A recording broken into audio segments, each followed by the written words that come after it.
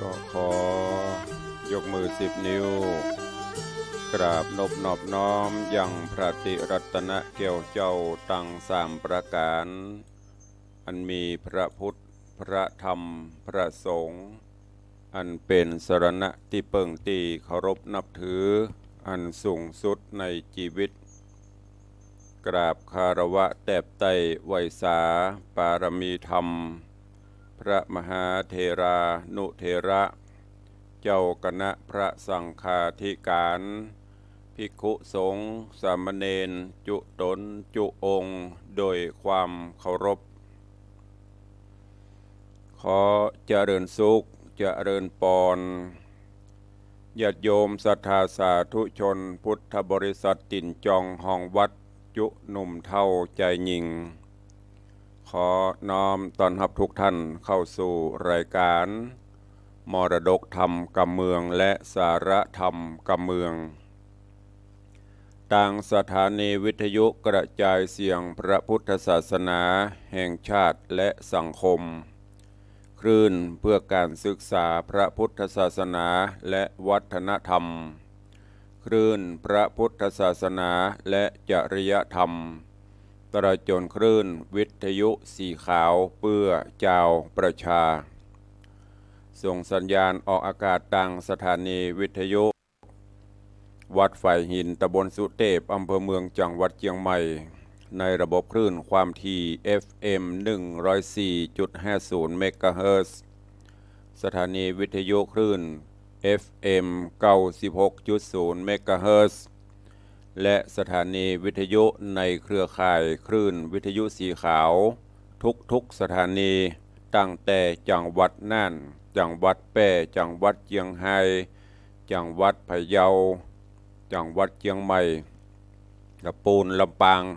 หลายพื้นที่ในเครือข่ายในวันนี้ปากันวันนี้ก็เป็นวันพุธเดือนสุดท้ายของปีพุทธศักราช 2567 ก็เหลือเวลาแถมบ่กี่วันบ่กี่ชั่วโมงปี 2567 ก็จะโป้นไป 2568 ก็จะเข้ามาแทนที่วันนี้รายการมาพบปะกับพี่น้องญาติโยมศรัทธาเป็นรายการสดร้อนจากเตาดำเนินรายการโดยตุลุงในวังเนออาตมภาพพระครูวิสิทธิ์ศรีลาภรณ์รองเจ้าคณะอำเภอเมืองเชียงใหม่เจ้าอาวาสวัดวังสิงห์คำตำบลประแดดอำเภอเมืองจังหวัดเชียงใหม่นำรายการมาพบมาปะกับญาติโยมศรัทธาหลังจากที่ห่างหายไปพ่องอย่างที่ได้บอกไปโดยเหตุผลหลายประการบางครั้งก็ศาสนกิจนักบางเตื้อก็สภาพร่างกายเอาบ่ไหวก็เป็นไปตามสังขารธรรมเนาะจะว่าเท่าก็ไม่ใช่กำลังมอกกลางคนอยู่วันนี้ต้องขอกราบขอบพระคุณท่านผู้อำนวยการทุกสถานีและโดยเฉพาะตังคลื่นวิทยุสีขาวในเมตตาของท่านเจ้าอาจารย์พระครูอภิวัฒนวิกรมรองเจ้าคณะอำเภอดอยหล่อเจ้าวาดวัดปากตังเจริญผอ.ใหญ่ในคลื่นสีขาวได้มอบถวายเวลาฮืดตุลุงในวังนำรายการมาพบปะกับ FC แฟนรายการเป็นประจำกู้วันพุธนี้ก็ขอให้เป็นพุธแห่งความสุขของทุกท่านเนอะวันนี้จะทำกิจทำการใดๆก็ขอให้สำเร็จผลสมมโนในไฟอ้างเหมือนกันทุกท่านทุกคนแม่นจะเดินทางไปแห่งหนตำบลใดก็ขอให้ได้แกล้วกราดปลอดภัยจากอุบัติเหตุเพศภัยใดๆอย่าได้มากำกายระวีขอให้อยู่ดีมีสุขเหมือนกันทุกท่านทุกคนเนอะเบื้องต้นก็ขอต้อนรับพี่น้องญาติโยมศรัทธาที่ได้เข้ามาติดตามตั้งหน้าจอ Facebook ไลฟ์ตอนนี้ก็เจริญพรต้อนรับโยมพี่นันอินสมเตปินพิทาจารย์มคณายกพ่ออาจารย์ชื่อดังของล้านนาเฮาติดตามรับฟังรายการอยู่เสมอมา ก็เป็นกำลังใจตุลุงมาโดยตลอดขอบคุณกับพี่นันตัวเนอะเจริญปอนต้อนรับโยมปฏิวัติยาสมุทรพี่ไอ้ตายปเลี้ยงกาแฟใหม่ตอนนี้เปิดกำลังยังก็ตั้งร้านกาแฟใหม่วันนั้นก็เอามาถวายชิมรสชาติติชมได้รสชาติใช้ได้กลมกล่อมหอมอร่อยใครสนใจสั่งได้เนอะเดี๋ยวตุลุงจะเป็นอันนี้เฮ้อ อันนี้อูเลนบ่ได้สั่งแต่ก็ได้อยู่เจริญปอนเนอะท่านสอทอหรือว่าโยมแม่สอทอสุจิราธรรมนีโอ้วันนี้เข้ามาเป็นกำลังใจขอบคุณอนุโมทนาบุญด้วยเด้อเจริญปอนแม่อุ้ยน้องแฮกเกอร์กำลังเข้าชมอยู่เจริญปอนโยมปีชิดชบาหรือว่าโยมปีสมพรรัตนังจากประเมือดก็ขอบคุณตัวเจริญปอนคุณโยมสมทรงสิทธิตาแล้วก็เจริญปอนต้อนรับโยมปินันล่าปินันจรันปิยจันทร์สลมดอยซิวสันกระแปงเจริญปอนโยมแม่น้องแม่อุ้ยน้องแฮกเกอร์เนอะแล้วก็ล่าสุดแม่ศรีนวลชัยทองคำกำลังเข้ามาติดตามรับชมทางหน้าจอ Facebook ไลฟ์ขอบคุณทุกท่านโดยที่บละบลืมตุลุงเนาะถึงแม้จะสดพ่องแห้งพ่องก็บละบลืมกันญาติโยมทั้งหลายเข้าสู่ช่วงของหน้าหนาวอากาศหนาวแต่ไม่หนาวเหน็บนะโอ้วันก่อนนั่นหมอกเหมยตกกุ้มกันไปทั่วก็นึกว่าโอ้ปีนี้ถ้าจะเต็มสูบแล้วเนาะหันเฟสดันลายต่างๆปนมาขอต้อนรับเข้าสู่หน้าหนาวอย่างเต็มอย่างเต็มร้อยหรอหนาวแค่2 วันเดี๋ยวนี้เริ่มอุ่นๆธรรมะ ก็ถึงแม้จะเป็นหน้าหนาวแต่อย่างที่ได้บอกไปสภาพอากาศแปรปรวนเปลี่ยนแปลงไปบอกว่าจะเป็นน้ำปีนี้ก็รู้สึกว่านักนะแล้วก็คาดการณ์กันว่าปีนี้ถ้าจะหนาวเน็บก็ยังมาแน่เตื้อนะ มันกำลังเดือน3ออกมานี่เดือน2กำลังดับกูเตือนี่เดือน2เปงนี่หนาวเน็บนะใส่เสื้อกันหนาวไปแอวลอยกระทงกันเดี๋ยวนี้ใส่เสื้อก้อมเสื้อกิมกันไปแต่ถ้าตังชนบทรอบนอกหรือว่าตามป่าตามเขานี่ก็จะหนาวอยู่เพราะว่าระบบของเปิ้นยังบปออย่างบ้านเฮาเตื้อคำว่าเมืองบ้านเฮาก็คือป่าคอนกรีตมันนักก็ทำให้ระบบนิเวศต่างๆมันเปลี่ยนไปถ้าดินบะมีอย่างกั้งบังหน้าดินเนี่ยไอดินไออุ่นจากดินมันจะขึ้นอากาศมันก็จะหนาวแต่ตอนนี้มันขึ้นมาบ่ได้เพราะหน้าดินมีก้าคอนกรีตมีก้าตัวหนอนมันก็เลยตึกฮะนะกำลังจะโป้นมาพระอาทิตย์ตะวันส่องแสงลงมากดหัวลงไปแหมโจมลงไปแหมมะค่ำจะขึ้นมาก็ขึ้นมาได้มันก็เลยเป็นอากาศอุ่นๆเยอะๆก็ดีไปอย่างเนาะถ้าหนาวเนบก็จะเงี่ยงลำบากเนาะก็วันนี้วันพุธเนาะตุลุงก็ขอนำธรรมะปกิณกะมาเสนอเป็นข้อคิดฝากฝังนำไปใช้ในการดำเนินชีวิตประจำวันเพราะว่าวันพุธนี้เปิ้นจะลิงสัญญาณดังที่ได้บอกไปแถวเมืองน่านเมืองแป่ลำปูนลำปางพุ่นท่านจะเตศอันสุวรรณพรหมมากับบจบตบเดียว พอจะโค้ม2 ปีแล้วนะยังมาจบเตือกเพราะนั่นก็เอาไว้ก่อนเดี๋ยววันต่อไปก็ก้อยฟังใกล้จะจบเหมือนกันวันนี้จะนำเอาธรรมะวันนี้แม่เลี้ยงทัดพิชาตัวแทนของพ่อเลี้ยงถึงแม่เลี้ยงพ่อเลี้ยงปนฟังแต่แม่เลี้ยงเข้ามาให้กำลังใจเนอะส่งตึงพนมมือสาธุส่งตึงดอกกุหลาบเข้ามาเจ้าวันนี้สาธุเนอะแม่เลี้ยงเนอะบุญรักษาตึงพ่อเลี้ยงแม่เลี้ยงตัวญาติโยมทั้งหลายวันนี้จะเอาข้อคิดธรรมะเล็กๆน้อยๆมาฝากฟังเพื่อให้นำไปใช้ธรรมะการฟังธรรมะก็ยังเป็นเรื่องธรรมชาติอย่างที่เคยเล่าที่ครูบาอาจารย์ท่านเจ้าเคยบอกเพราะว่าเราจะเอาสูงลำไปกับดีจะเอาต่ำลำไปกับดีเพราะปัญญาคนมันบ่เท่ากัน จะคือเหมือนเฮาหมดก็ได้เฮาก็บ่สามารถจะทำอย่างเหมือนใจเปิ้นหมดมันก็จะเป็นเช่นเนี้ยหลุ่มๆดอนๆไปพ่องก็ก้อยปรับเข้าไปเมื่อฟังซ้ำเข้า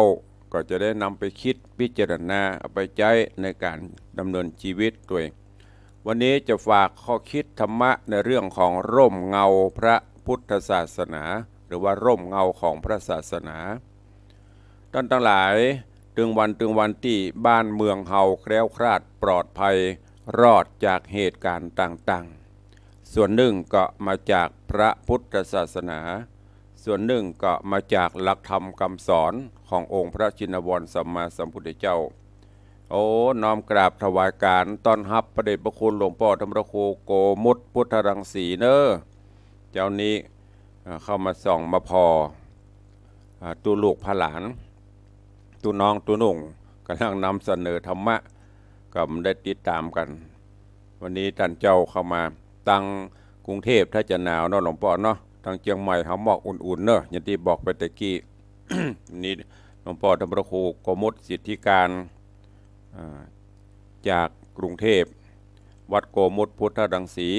กรุงเทพมหานครหนอนเนื้อเจือไข่เจ้าเชียงใหม่เฮาหลวงพ่อบละบลืมทางเชียงใหม่หลวงพ่อบอกว่าดีสภาพอากาศที่กรุงเทพหมอกปอให้บดีดูแลสุขภาพด้วยเนอเป็นห่วงอยู่ไกลกันก็มีแต่จิตใจส่งหากันเนิ่มปอเนอก็อู้ถึงร่มเงาพระพุทธศาสนาปกห่มเฮาเจ้าข้าถึงวันนี้โดยเฉพาะหลักศีลหลักธรรมถ้าบ่มีศีลมีธรรมเฮาอยู่ด้วยกันร่วมกันในโลกนี้ซ้ำจะมีแต่อุปสรรคปัญหาในชั่วชีวิตของคนเฮานี้ญาติโยมทั้งหลายเฮาก็จะมีหลากหลายสิ่งหลายอย่างที่ให้ความอบอุ่นใจเริ่มตั้งแต่มีป่อมีแม่อันเป็นที่กราบไหว้ที่เคารพฮักมีญาติมิตรให้ความอบอุ่นช่วยเหลือในเวลาที่เฮามีการมีงานมีเงินมีทองมีทรัพย์สมบัติได้อาศัยได้ใจได้สอยได้บำรุงชีพช่วยปลดเปลื้องอุปสรรคที่มันติดมันขัดมีความหูให้แสงสว่างในการประกอบการงานอาชีพถึงแม้คนเฮาจะมีทุกข์หรือว่าถึงแม้คนเฮาจะมีกูสิ่งกูอย่างในโลกนี้แล้วแต่มีแต่ตัวเองแต่ถ้าขาดสรณะในทางใจนั่นก็คือขาดร่มเงาพระพุทธศาสนาแล้วก็จะทำให้จิตใจของเฮาน่ะเปิ้นก็ว่าถ้าเฮาขาดร่มเงาพระพุทธศาสนาขาดสนาที่เปิ้นก็ยังจัดว่าเป็นชีวิตที่ยังบ่สมบูรณ์ถึงแม้จะมีเงินทองพร้อมมีพ่อมีแม่พร้อมมีสิ่งอุปถัมภ์บำรุงอำนวยความสะดวกพร้อมแต่ว่ายังบ่สมบูรณ์เตื้อถ้าชีวิตเฮาขาดซึ่งร่มเงาพระพุทธศาสนาเพราะเหตุหยังจึงได้บอกได้กล่าวเป็นจะอีเพราะพ่อแม่แม้ว่าพ่อแม่ท่านจะฮักลูกคืออุปการะช่วยเหลือลูกก็ทำได้ในชั่วชีวิตของเปิ้นลมหายใจจากไปก็หมดไปและช่วยได้ในสิ่งที่อยู่ในวิสัยที่จะทำได้คือฮื้อสมบัติอย่างเขาจะหันว่าพ่อแม่ตายละก็ละสมบัติเข้าของสัมปติไว้ให้ลูกให้เต้าได้สืบได้ตอดกันมาแนะนำพร่ำสอนสำหรับความบริสุทธิ์เจ้าหมองในตั้งใจของพ่อแม่ท่านบ่อาจที่จะให้ได้สำหรับแม้แต่พระพุทธองค์ก็ได้ตรัสว่าเฮาตถาคตก็เป็นแต่เพียงผู้บอกต่างอย่างหลักธรรมคำสอนที่ครูบาอาจารย์พ่อแม่ตลอดจนนักปราชญ์ราชบัณฑิตผู้รู้ทั้งหลายและก็อย่างตุลุงเอามาอู้มาจามาเทศมาเล่าก็เพียงแต่เป็นบอกต่างอย่างที่เคยแนะนำเขาจะไปหั่นไปนี่เปิ้นก็บอกต่างที่ควรไป ต่างตีบ่ควรไปต่างใดดีต่างใดบ่ดีอย่าเปิ้นก็จะบอกเฮาจะเปิ้งร่มเงาพระพุทธศาสนาจะใดญาติโยมทั้งหลายพระพุทธศาสนาอยู่ที่ไหนปัญหาเราเนี้ยที่เฮามักจะได้ยินอย่างประเด็นนี้ยิ่งธรรมะตึงคฤหัสถ์ชาวบ้านเปิ้นเอามาอู้มาจ้ามาพร่ำมาสอนกันเนี่ยเกี่ยวกับพระพุทธศาสนาเนี่ยต่าง Facebook กาต่าง TikTok กาต่างไลน์กันเนี่ยทำเพื่อเฮาตั้งแต่ไหลบางเรื่องก็เกิดความไขว้เขวว่าจะเนี่ยจะได้ปัญหาเหล่านี้จะต้องทำความเข้าใจก่อนสมัยปัจจุบันนี้ถ้าเอ่ยถึงคำว่าศาสนาถ้าเอ่ยถึงคำว่าศาสนาคนส่วนมากส่วนนักก็มักจะนึกถึงวัดเพราะวัดเป็นที่อยู่ของพระสงฆ์องค์เนร วัดเป็นที่ประดิษฐานพระคัมภีร์พระธรรมคำสอนเป็นที่ตั้งของโบสถ์วิหารกุฏิเจดีย์ตลอดจนพิธีกรรมต่างๆก็อาศัยทำในวัดบางครั้งอยากเปิ้นถามกันเนี่ยก็จะตอบไปว่าพระพุทธศาสนาอยู่ที่วัดแต่อันนี้เป็นเพียงส่วนเสี้ยวนะพุทธศาสนาบ่ได้อยู่ที่วัด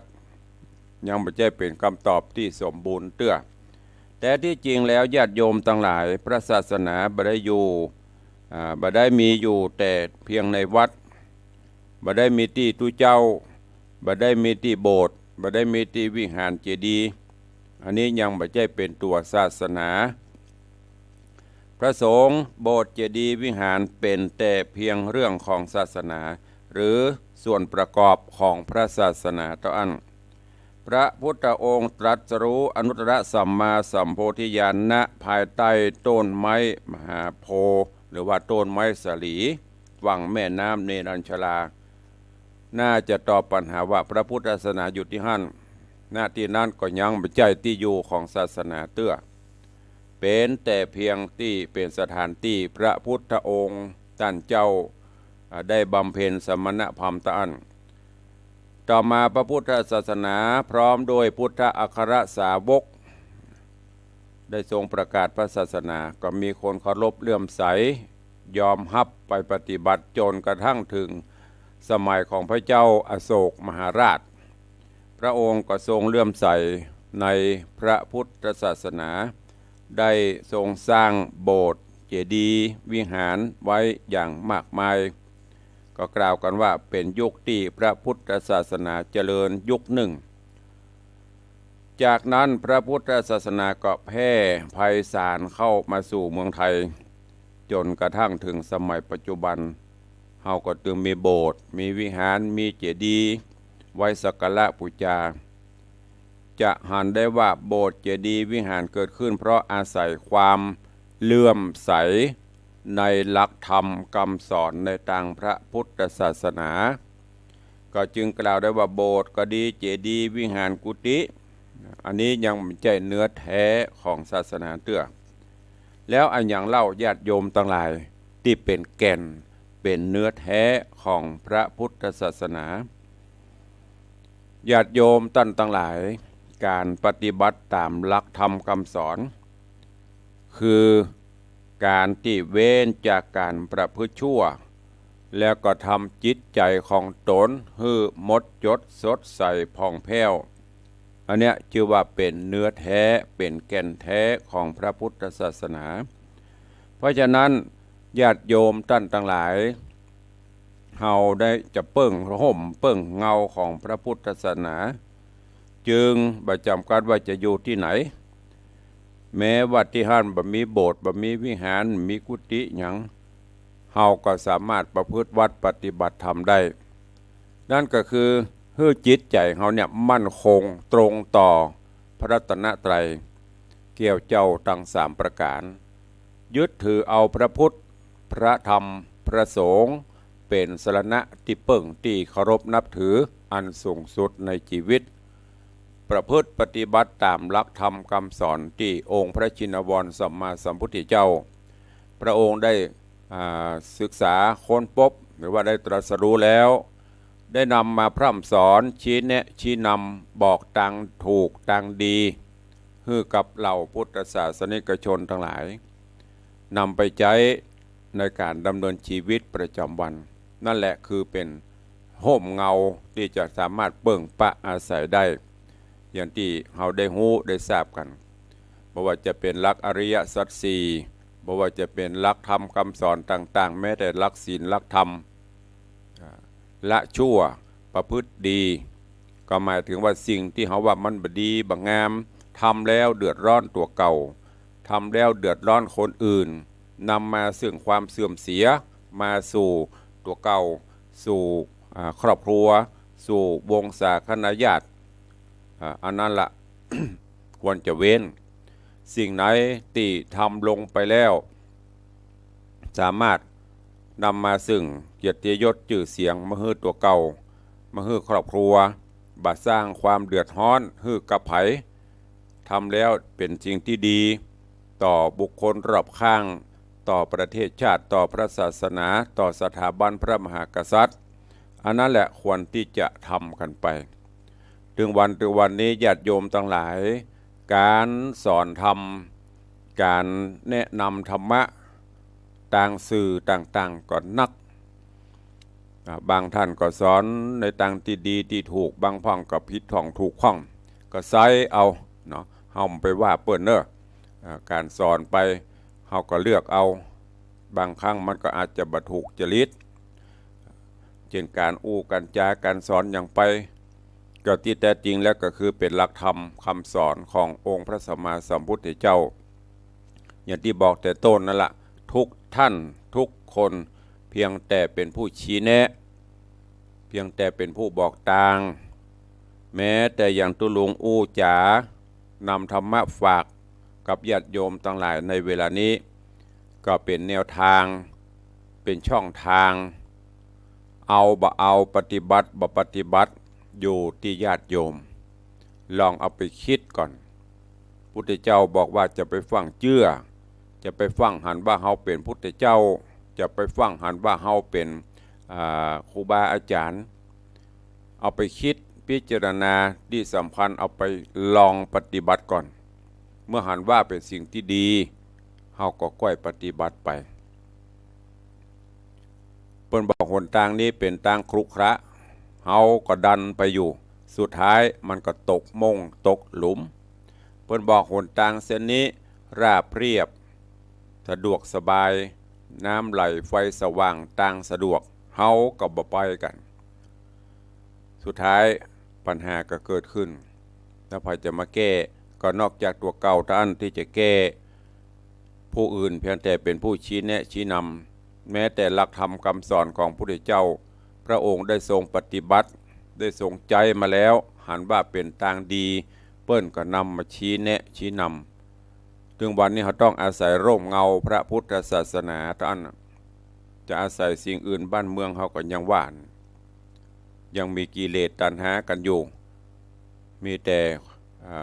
ความโลภความโกรธความหลงอิจฉาตาห้อนกันอยู่ถ้าบ่มีร่มเงาศาสนาถ้าบ่มีหลักธรรมคำสอนขององค์พระพุทธาหรือว่าองค์พระภูมิพระภาคเจ้าแล้วบ้านเมืองเฮาซ้ำจะละส่ำละสายไปนักกว่านี้ที่เฮาอยู่กันอย่างดีมีสุขมีความเคารพนับถือกันอยู่มีความกตัญญูกตเวทิตาธรรมต่อกันอยู่ก็เพราะร่มเงาพระพุทธศาสนาเพราะหลักธรรมคำสอนที่องค์พระภูมิพระภาคเจ้าพระองค์ได้ทรงตัดเตือนตัดสอนทำมาได้ 2,500 กว่าปีมาละ มีภัยที่จะไปลบล้างลบเลือนได้แต่การฝึกการปฏิบัตินั้นจะไปมันขึ้นป้มเดียวสำเร็จก็เป็นไปบ่ได้ค่อยๆฝึกจิตฝึกใจของเขาไปจิตใจเขานี้แห่งอย่างหนึ่งอย่างที่ว่ามันเหมือนวอกเหมือนลิงมันวอกแวกไปวอกแวกมากว่าเขาจะข่มกว่าเขาจะกำจัดความหลอกแหลกหล่อแหลไปได้เนี่ยมันต้องใช้เวลาค่อยๆฝึกค่อยๆปฏิบัติไปการจะทำอย่างก็ตามแม้แต่อย่างการไปไหว้ไปสานั่นอันนี้เนี่ย มันก็ก้อยๆซึมเข้าไปจนโลกเข้ามาจะเพื่อมันสำเร็จป่มเดียวมันก็เป็นไปบ่ได้เปรียบเสมือนมันเฮาจะศึกษาเนี่ยกว่าเฮาจะจบด็อกเตอร์เฮาก็ต้องผ่านตั้งแต่อนุบาลไปก่อนทันใดก็ฉะนั้นจนโลกมาจะเพื่อมันสำเร็จผลอู้เรื่องหูอู้กำเดียวหูเนี่ยมันก็เป็นไปบ่ได้พุทธเจ้าเพิ่นถึงบอกปัญญาคนเฮามันเหมือนดอกบัวแต่อยู่ที่การฝึกบัวสีเหล่านะตุเจ้าก็เอามาเล่าให้ฟังหลายเตื้อครูบาอาจารย์พ่อแม่ก็เคยอู้เคยจ่าละนี่คือก่อนที่พระองค์จะตรัสรู้ก่อนที่พระองค์จะเผยแพร่ธรรมพระองค์ก็เอาปัญญาคนเฮามาเพราะนั้นอย่างเฮาไปดูสื่อดูหยังต่างบางครั้งก็เขวบางครั้งก็จะทำให้จิตใจรวนเลไปก้อยๆเนอะเข้าถึงธรรมะพระรัตนตรัยเฮาจะเนียนาเฮายังก้อยไปใส่แง่ไปเอาแง่ไปพรวนดินไปไถไปกลบไปอย่างก็โลกกว่าที่จะปลูกเข้าจิตใจเฮาก็เหมือนกันก้อยซึมซับซึมซาบเอารสพระธรรมคำสอนเข้าไปกำน้อยมันก็จะดีขึ้นอันนี้ก็ฝากไว้เนอะกับสาธุชนญาติโยมเฮาตั้งหลายประเทศชาติบ้านเมืองเฮาอยู่ด้วยกันร่มเย็นเป็นสุขก็เพราะร่มเงาของพระพุทธศาสนาได้นำพาให้เฮาเกิดสันติสุขลองสังเกตพอบางเตื้อเหตุการณ์บ้านเมืองมันจะรุนแรงมันจะฮ้อนหายแต่ก็ยังมีเยื่องมีสิ่งดีๆมาช่วยคลี่คลายปัญหาต่างๆให้มันสงบลงได้อันนี้ถ้าบ่มีศีลบ่มีธรรมบ่มีร่มเงาพระพุทธศาสนาบ้านเมืองเฮาจะเป็นจะได้มันกินมันตาลไปเตอเนอะญาติโยมต่างหลายจะไปเขวอย่างตุลุงบอกอย่างครูบาอาจารย์ได้แนะฟังธรรมก็ดีแม้แต่ฟังตุลุงฟังไผก็จ้างจะไปฟังเตื้อลองปฏิบัติไปก่อนฝึกไปปฏิบัติไป เจว่าฟังคนนั้นมาคนนี้มาเขวไปฝึกอย่างน้อยก็คือมีตาลรักษาศีลเจริญเมตตาภาวนาหรือไตรสิกขาศีลสมาธิปัญญาศีลรักษากายวาจาให้สงบเรียบร้อยสมาธิก็รักษาความที่จิตใจเฮาบ่คือมันควักไขว่ล้วนเลไปปัญญาหูจักแยกแยะผิดชอบชั่วดีใจปัญญาพินิจพิจารณาเอา3อย่างเนี้ยเป็นหัวใจของพระพุทธศาสนาที่ปหลักไตรสิกขาก็คือศีลสมาธิปัญญาถ้ากูคนมีศีลกูคนมีสมาธิมีปัญญาก็จะหูจักรักษาเอาตัวรอดจากเรื่องราวต่างๆได้จะไปตัดสินก้อมสินเปียงคิดอย่างคนตะกอนเปิ้นสอนเฮือเวลามีอย่างเกิดขึ้นกับตนกับตัวคือนับ1 ถึง 10จาก10แล้วก็ไปถึง100ถึงพันถึงหมื่นนี่อย่างเปิ้นถึงแนะนำฉะนั้นการที่เฮานับไปน่ะจิตใจเฮามันก็ค่อยๆลดเพดานความโกรธความเกลียดลงหรอค้างขึ้นนับไปมันก็เย็นลงนะสติก็มาละสมาธิก็จะเกิดปัญญาก็จะตัวมาแต่ถ้าหุนหันพันแล่นบะคิดไปอย่างขลุ่มตุ่มต่ำทำอย่างลงไปน่ะก็เดียวพวกห้องว่าเผื่อหูคิงน้ำปิงพอแห้งนะทำไปปูแล้วเงี่ยไปปูแล้วอย่างเฮาหันข่าวนะรู้เท่าไม่ถึงการจะโน่นจะนี่แต่มันก็แก้อย่างบ่ได้ละเพราะนั้นก่อนจะทำจะคิดจะพูดต่างๆคือมีสติคิดก่อนอย่างที่เปิ้นว่านะก่อนจะอู้อย่างเอาไปมันเป็นนายเฮาอู้เอาไปเฮาเป็นนายมันก่อนอู้เอาไปแล้วมันเป็นนายเฮาละเพราะฉะนั้นถ้าเฮามีสติเฮาก็จะรู้จักยังคิดว่ากวนอู้กาบ่ควรอู้กาทำกาบ่ควรทำกาเหล่านี้เป็นต้นเด้อบัดท่านนักนะป้านขอฝากมื้อเนี้ยมีศีลกูคนมีศีลเฮามีศีลเปิ้นมีศีลเฮาก็บ่เดือดร้อนเปิ้นก็บ่เดือดร้อนต่างคนก็ต่างบ่เบียดเบียนกันเหล่านี้สมาธิจิตใจตั้งมั่นบ่วอกแวก ปัญญารู้จักพินิจพิเคราะห์พิจารณาก่อนที่จะทำอย่างถ้าทุกคนมี3ข้อไตรสิกขาเนี่ยบ้านเมืองหรือบัทว่าบ้านเมืองโลกนี้จะน่าอยู่ความแก่งแย่งชิงดีกันก็คงจะบ่เกิดขึ้นคงบ่ต้องไปสร้างขีปนาวุธปนาวุธเนี่ยมายิงมาล่มกันนะเพราะประเมินบานานทุกคนก็ต้องตายจะมีอำนาจล้นฟ้าบารมีจะได้ก็จ้างมีเงินล้นฟ้าก็จ้างก็บ่สามารถที่จะซื้อเอาสิ่งเหล่านั้นได้เฮาบ่สามารถที่จะไปฝืนธรรมชาติได้ทุกคนเกิดมาก็ต้องเปลี่ยนไปตามวัฏจักรเกิดขึ้นตั้งอยู่ดับไปบ่ว่าจะอำนาจวาสนาปารมีสุดท้ายก็เพียงแต่เป็นของสมมุติขึ้นดังนั้นก็ฝากไว้กับญาติโยมสาธุชนท่านทั้งหลายเนอะนำไปคิดพิจารณาดูธรรมะง่ายๆบรรลึกซึ้งลงไปสามารถลองเอาไปใจได้จากที่เป็นคนขี้เกียจขี้โขดขี้โมโหก็ลองเอาธรรมะเหล่านี้เข้ามาข่มดูมีอย่างที่บอกไปโขดไปกับอันน่ะเดือดไปกันยกเว้นว่ากู้กันเล่นหยอกล้อกันเล่นนั่นก็ไปแหมแนวหนึ่งแต่ถ้าไปโขดกันจนหน้าดำค่ำเครียดฝังไว้ในจิตในใจจิตใจก็เศร้าหมองบ่ฮืออภัยซึ่งกันและกันนี่สุดท้ายแล้วมันได้อย่างขึ้นมาดังนั้นลองเอาไปคืดพอเนอะวันนี้วันพุธตุลุงก็เลยเอาธรรมะเล็กๆน้อยๆในร่มเงาของพระพุทธศาสนาที่คือความร่มเย็นเป็นสุขประเทศไทยเฮานี้มีสถาบันชาติสถาบันพระพุทธศาสนาสถาบันพระมหากษัตริย์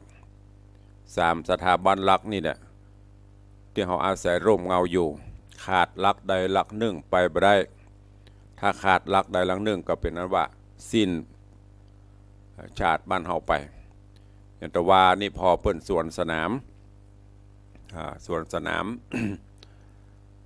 ก็ความเป็นระเบียบเรียบร้อย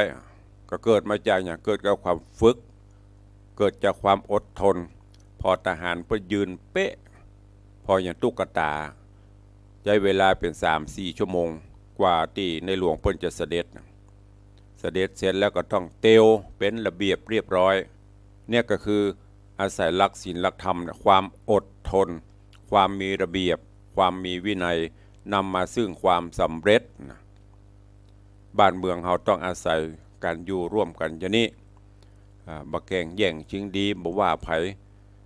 เจ้านายก็มีคนเดียวปอจะไปมีหลายคนเมียก็มีคนเดียวปอผัวก็มีคนเดียวปอจะไปมีหลายคนถ้าเจ้านายหลายคนผัวหลายคนเมียหลายคนก็ยุ่งพุทธเจ้าเพิ่นถึงสอนหลักธรรมะเพิ่นก็สอนแต่เฮาจังชอบแหวกหนทางอย่างบอกแต่อย่าต่างเช่นนี้น้ำไหลไฟสว่างทางสะดวกเรียบร้อยดีงามบ่ไว้ชอบไปตามที่เป็นหลุมเป็นม่งที่เป็นขุดที่รถติดพวกเนี่ยแล้วก็เดือดร้อนอันนี้ฝากไว้เนอะธรรมะเล็กๆน้อยๆในวันนี้ฝากเป็นข้อคิดกับทุกท่านนำไปคิดแล้วก็ไปไซเอาเนอะไปแยกแยะเอาอย่าไปลืมหลักไตรสีขาคือศีลสมาธิปัญญาถ้ามีเหมือนกันหมดความร่มเย็นเป็นสุขร่มเงาพระพุทธศาสนาจะแผ่ไพศาลปกห่มทุกท่านเพื่ออยู่เย็นเป็นสุขเหมือนกันหมดมีศีลมีธรรมประพฤติปฏิบัติธรรมตามหลักศีลหลักธรรมอย่างบ้านเฮาเมืองเหนือล้านนาเฮานี่เวลาจะมีกินมีทานเฮาก็จะมีขันน้ำตาขันขอศีลขันน้ำตาลขันขอศีลเอาดอกไม้ธูปเทียนเข้าไปการขม่อมประเคนพานขอศีล5 ข้อเนี่ยตัวเจ้าเพิ่นก็คือความจริงแล้วบ่ขอก็ได้ไม่ใช่ว่าขอแต่บ่ปฏิบัติมันก็ไม่ได้ประโยชน์ที่สำคัญคือนำมาใช้นำมาปฏิบัติบ่ฆ่าสัตว์ตัดชีวิตบ่เบียดเบียนไผบ่ไปลักทรัพย์ลักสิ่งของไผบ่ว่าตั้งแต่เล็กของเล็กของน้อยของใหญ่ของโตก็บ่เอาของไผแม้แต่เก็บสตุ้งสตางค์เก็บสิ่งของได้ก็คืนเจ้าของเพิ่นไป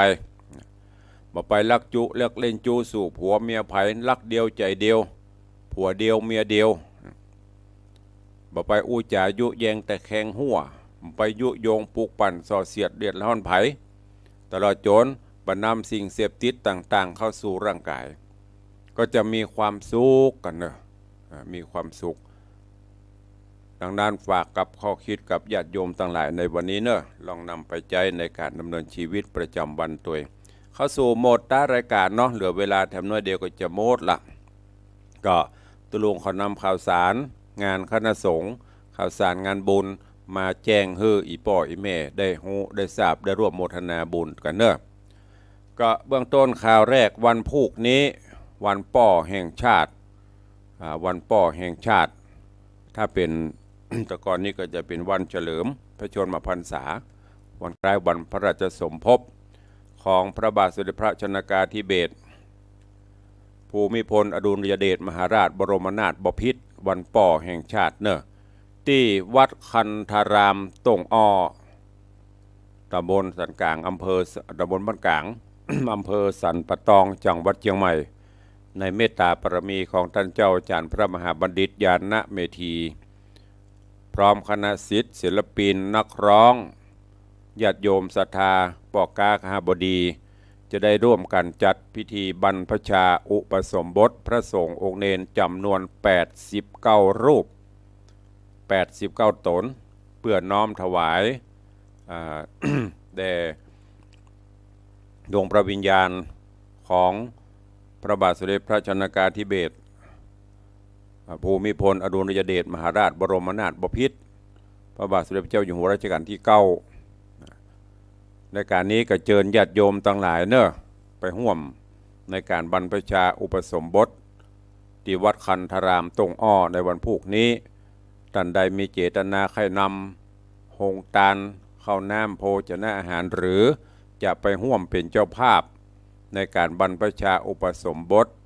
ก็เจริญปอนแจ้งความจำนงได้หรือไปร่วมก็ได้เนอะที่วัดคันธารามตงอ้ออำเภอสันปะตอง ทำงานหนึ่งก็คือวันที่15ธันวาคมเป็นวันทำบุญ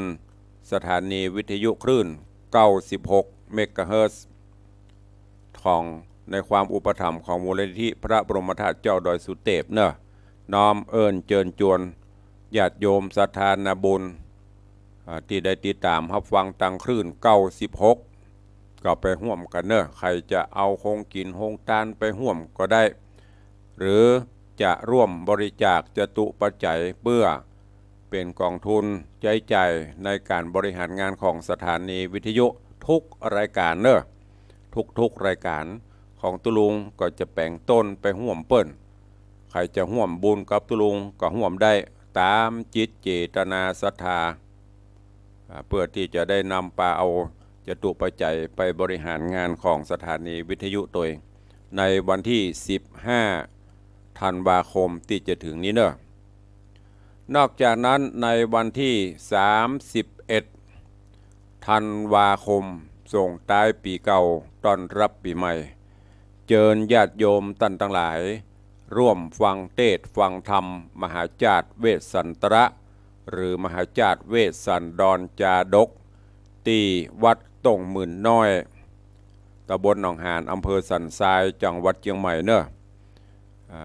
ท่านพระครูอย่างก็ตุปีโต่งชื่อเปิ้นก็ลืมไปละลงท้ายโดยสรการมันบล่ำได้ห้องนะมันจังลืมชื่อสมณศักดิ์สัญญบัตรนี่ ก็เอาเป็นว่าวันที่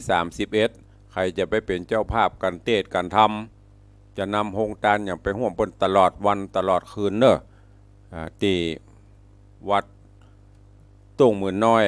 ตำบลหนองหานอำเภอสันทรายตุลุงก็จะไปเทศอยู่ปีนี้เปิ้นขอนิมนต์เอากุมารคืนสังเวียนก็ไปได้พ่องอยู่ แต่อาจจะบ่ม่วนเหมือนเก่าเหมือนเดิมก็เป็นอย่างก็ไปห่วมกันเนอะที่วัดคันธารามตงอ้อที่วัดวังสิงคำตอนนี้ก็สร้างกุฏิสงฆ์หงหลวงเนอะก็เชิญชวนญาติโยมศรัทธาร่วมบุญกุศลด้วยกันในโอกาสครบรอบวันเกิด ครบรอบ50 วัน100 วันของบรรพชนบรรพบุรุษญาติกาวงศาพี่น้องที่ล้มหายตายจากไปครบรอบวันเกิดของท่านทั้งหลายก็ดีหรือวันสำคัญเนอะก็นำเอิญเชิญชวนได้มาร่วมกันสมทบบริจาคปัจจัยสมทบในการก่อสร้างกุฏิสงฆ์โฮงหลวงของวัดที่กำลังจะดำเนินการก่อสร้างให้แล้วเสร็จเนาะตามเจตนาศรัทธาเนอะใครจะห่วมตะใดจะฮับปูนฮับเด็กฮับหินฮับทรายฮับอย่างก็ตามเจตนานาบุญของท่านทั้งหลายตัวตอนนี้ตัวลุงยังอยู่กุฏิสำรองห้องสำรองอยู่ยังไม่ได้ขึ้นอยู่เด้อก็เอิญบอกกล่าวเชิญชวนทุกท่านตัวเข้าสู่โหมดรายการเนาะเหลือเวลาแถมน้อยเดียวจะได้อู้ได้จากกับพี่น้องศรัทธาก่อนที่จะอู้ต่างบ้านต่างจองก็ขอไปตักตายพี่น้องต่างหน้าเฟซหน้าจอแห่งกรรมเจริญปอนโยมเพนศรีสาธุเจ้าจากสันทรายเนอะเจริญพรยายเพลินเพื่อนเกษตรสาธุเจริญปอนเจริญปอนโยมสุพัฒน์จันทร์สะอาดเจริญปอนโยมพี่หมอมัฒนาอัมพันธ์เนอะเจริญปอนคุณโยมจันทร์สายแปลงหลวงสาธุเจริญปอนท่านนายกเจริญคำยามานายกเทศมนตรีตำบลสันผักหวานเจริญปอนเนอะวันนี้นายกเข้ามาฟังเทศน์ฟังธรรมร่วมในรายการโดยสาธุเจริญปอนโยมแม่ครูเหรียญทองจันทีกราบไหว้สาเจ้าสาธุเจริญปอนยายเอ้ยดอยซิวเจริญปอนโยมประภักเนอะเจริญพรโยมแม่นวลศิริหินเขียว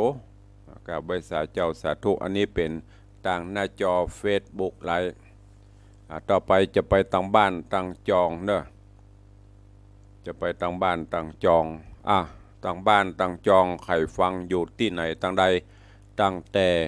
น่านมาเนอะตั้งแต่เชียงรายลำปูนลำปางแป่น่านพะเยาเชียงใหม่ใครฟังอยู่ที่ไหนพ่องโทรศัพท์เข้ามาร่วมรายการ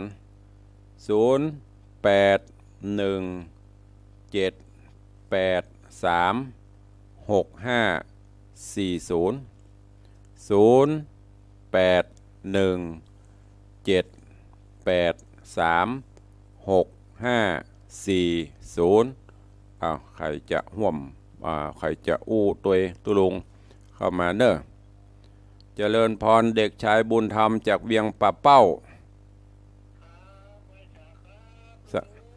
หนาวหรือยังเวียงป่าเป้า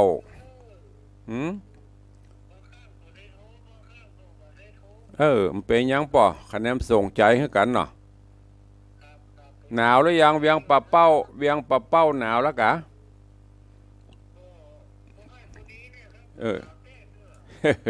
หมอกอุ่นๆเนาะสาธุเนอบุญรักษาพ่อบุญธรรมจากเบียงป่าเป้าเจริญปอนสายต่อไปฮัลโหลเมืองแกนพัฒนาสาธุเนอเจริญปอนสายต่อไป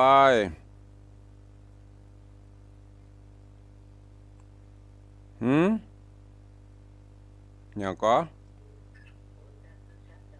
ห้างสัตว์ลำปางสัญญาณชัดเจนดีเนาะสาธุเนอลำปางบ่หนาวตัวเนาะอนุโมทนาสาธุ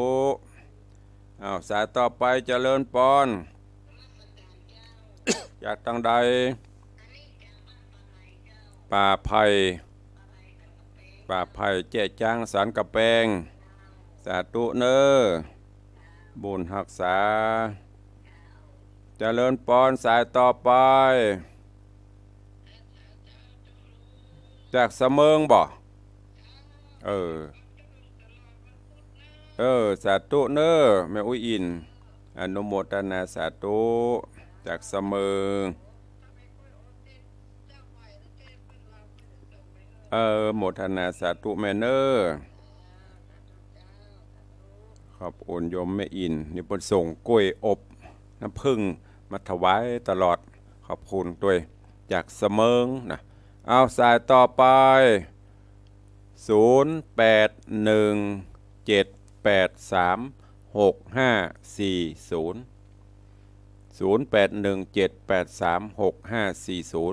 0817836540ใครจะอู้ตัวตุลุงเนอะเจริญปอนจากตังลีสัญญาณชัดเจนดีเนาะสาธุอนุโมทนาเนอจากลีเจ้าเจริญปอนสายต่อไปดักที่ไหนโอ้ช่วงนี้ลำปางหนามาหลายเฮ้ยสัญญาณชัดดีเนาะอำเภออย่างแม่ลำปาง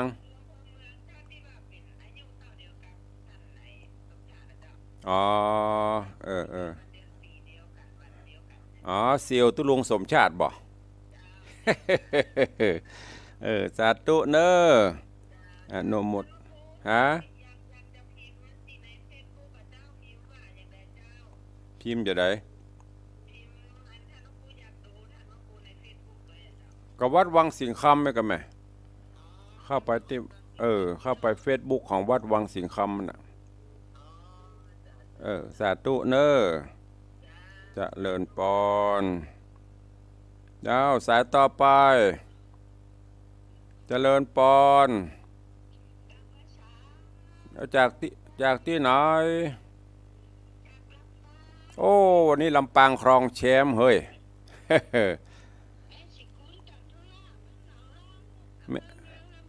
อำเภอเมียงเนาะพระเจ้าอำเภอเมืองเนาะอำเภอเมียงเนาะกินข้าวกับเกี๊ยวเนาะ สาธุเนอะแม่เนอะ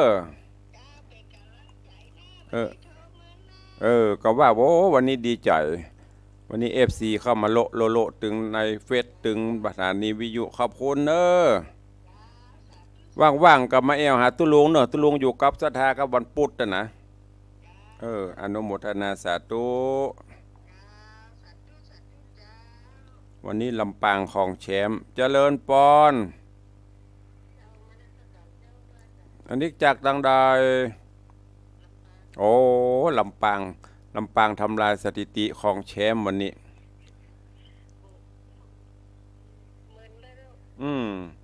เมินลำได้โทรหากะนึกว่าลืมตุลุงในวังแล้วอีกสาธุเนอบุญรักษาจะเลิญปอนเนอเอาสายต่อไป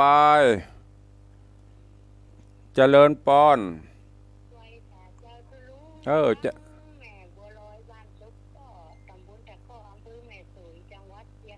เลยมาตั้งเชียงไฮ้แล้วยังแควนหน่อยแม่สวยนะแม่สโลยเนาะอำเภอแม่สโลย สัญญาณเป็นได้พ่องโมทนาสาธุเนอ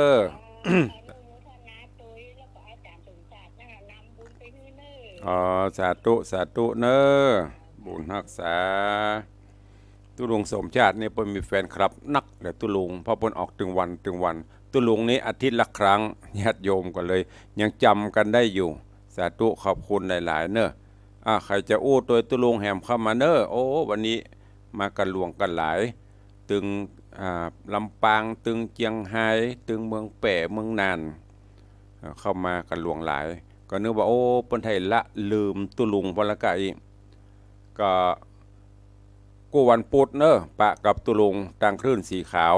ขอบพระคุณแถมครั้งหนึ่งกับผอทุกสถานีตัวเองเป็นประจำทุกวันพุธปะกันกับตุลุงในวังสัญญาณเจียวจากในวังเนอะเจริญปอนเจ้าจากที่ไหน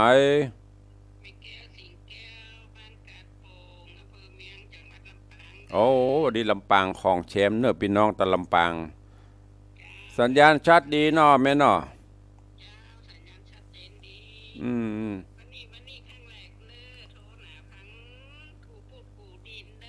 ก็นั่นน่ะติดตามตุลุงเนอะ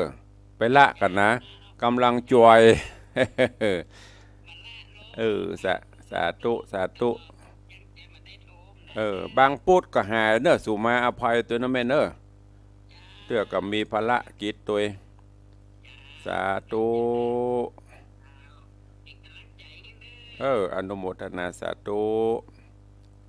วันนี้ทางลำปางญาติโยม FC ลำปางของแชมป์เนอะแชมป์โลกละมาเป็น10 กว่าสายนอกนั้นก็สาย2 สายเหลือเวลาแถมประมาณ2 นาทีทอง0817836540ญาติโยมตังนี้เนอะตังเชียงใหม่เขาก็ดีตอนนี้มีการอบรมบาลีก่อนสอบของคณะสงฆ์ภาค 7ก็คือเชียงใหม่ละปูนแม่ห้องสอนที่วัดดอยสัปปัญญูเนอะซึ่งมีพระเดชพระคุณหลวงพ่อท่านเจ้าคุณพระราชรัชมุนีรองเจ้าคณะจังหวัดเชียงใหม่เป็นผู้อำนวยการร่วมกับคณาจารย์ครูบาอาจารย์ก็ติวปนอบรมก่อนสอบก็คือติวข้อสอบคือลูกพระลูกเนนมหาปรริญญาตั้งแต่ประโยค1 2ไปจนถึงประโยค9ญาติโยมศรัทธามีเจตนาใครไปถวายจังหันเจ้าพัฒหารเพนน้ำปานะเนอะไปได้ตลอดช่วงนี้ทุกวันปุ่นไปจนถึงต้นปีบุญเปิ้นจะอบรม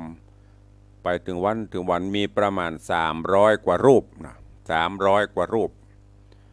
ก็จะมีเข้าป่าอาหารอันใดหรือบ่ได้ทำจะไปฮับเป็นเจ้าภาพก็เจริญปอนเนอะที่ติดต่อสอบถามได้ทุกวัดเจริญปอน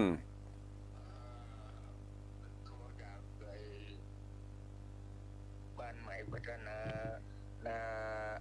ไกลลงมือหวานเวียงป่าเป่าเนี่ยครับสัญญาณชัดก่อเวียงป่าเป่าตัดเย็นดีครับสาธุตั้งแต่เจ้ามาฟังตุลุงตั้งแต่เจ้าดีละโมทนาเนอะตุลุงมาก็วันพุธเนอะปะเนอะครับผมแต่ถ้าปกติก็จะอยู่คลื่นของวัดฝ่ายหินคลื่น96แต่ถ้าคลื่นสีขาวนี่จะมาก็วันพุธชั่วโมงเดียวอาทิตย์ละครั้งปะกันชั่วโมงเดียวเลยครับผมผมสมยศแสงสร้อยนึกว่าสมยศทัศนพันธ์สมยศแสงสร้อยสาธุอนุโมทนาขอบคุณเนอะปอสมยศเนอะครับผมสาธุโยมปอสมยศจากเบียงเหมือนเดียวกันเนอะ100 สาวเนอะสาธุอนุโมทนาโยมปอสมยศจากเวียงป่าเป้าวันนี้ติดตามข่าวสารก็ติดตามรับฟังตุลุงสาธุเนอะ0817836540เนอะก็จะไปลืมเนอะใครจะไปถวายเพลถวายภัตตาหารจังหันเจ้าข้าวเจ้าถ้าเป็นภาษาบ้านๆเท่านะอาหารเจ้าอาหารเพลภาคค่ำก็มีน้ำปานะไปถวายได้เนอะที่วัดดอยสัปปัญญูหรือแจ้งความจำนงได้ที่ท่านเจ้าอาวาสทุกวัดใน3 จังหวัดเนี่ยเชียงใหม่ละปูนแม่ฮ่องสอน ในนามคณะสงฆ์ภาค 7ที่วัดดอยสัปปัญญูอำเภอแม่วางเปิดมีการอบรมบาลีก่อนสอบเนอะก็เจริญปอนแจ้งข่าวทุกท่านตัวเองก็วันนี้เวลาหมดเวลาละขอนำรายการจากทุกท่านไปก่อนเนาะปะกันใหม่ในวันพุธต่อไปวันนี้ขอบพระคุณท่านผู้อำนวยการสถานีทุกๆสถานีขอบคุณ FC แฟนรายการทั้งต่าง Facebook ไลฟ์ทั้งต่างบ้านต่างจองทุกท่านทุกคนเนอะที่ได้เข้ามาเป็นกำลังใจให้ตุลุงในวังตัวเองขอนำรายการจากทุกท่านไปก่อนขอความสุขสวัสดีจุงบังเกิดมีกับเจ้าสมณะศรัทธามูลละศรัทธาจุตนจุองค์จุผู้จุคนอยู่ดีมีสุขจำเริญไปด้วยอายุวันนะสุขะพละทุกที่วาลตีการจุตนจุองค์จุผู้จุคนเนออายุวันโนสุขังพลัง